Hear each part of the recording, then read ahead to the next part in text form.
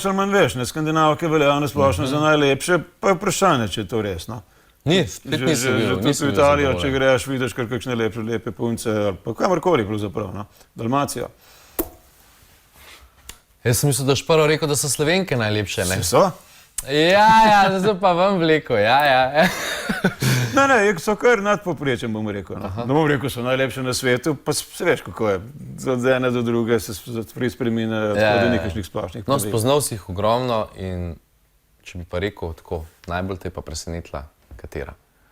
Presenetila? Najbolj presenetljive izkušnje samo v Skandinaviji, ja. Ja? Na Finskem pravzaprav. Kakšno posebno mesto? Ja, naprimer na ladji čakaj, da se spomnim, med Turkujem in Štokholmom, ja.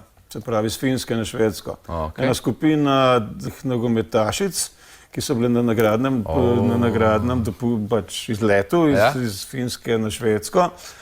In smo se imeli precej pestro tisto noč, ja. Samo eno noč je nažalost trajalo. Ojoj, nisi spal? Ne. No, super. Neč predlagam, da gremo na glasbeni predah, pa vam kakšno sliko pokomentirala ali pa kaj? Lahko. No. Pozdravljeni nazaj v naš ta veseli dan.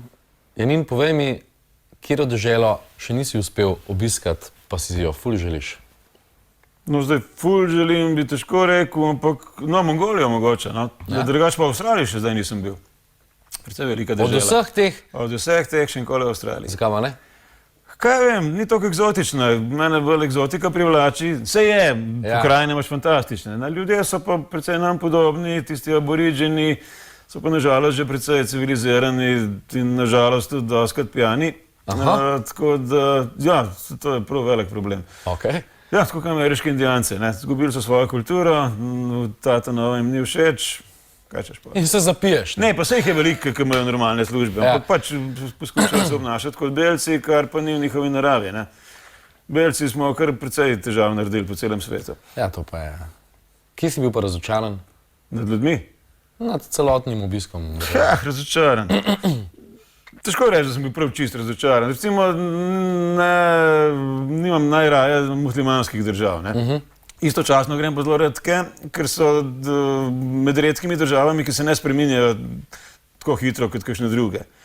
Doskrat sem razočaran, vsakič sem razočaran, ko pridem v kakšno državo, kjer sem bil že predtem, pa vidim, da so med tem prišli tablice, pa telefoni, pa ne vem kaj vse, in da zdaj kar naenkrat tisti plemenski ljudje živijo v nekakšnih kočah in tako dalje, da milijon primerov ti lahko povem iz vseh koncev sveta. In vsakeč je žalostno, ko vidiš, da domače kulture izginjajo.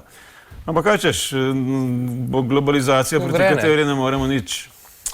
Ja, neč režija, jaz predlagam, da si pogledamo kakšne slike. Imamo kaj pripravljeno? Da malo pokomentiramo? Ne? Ja?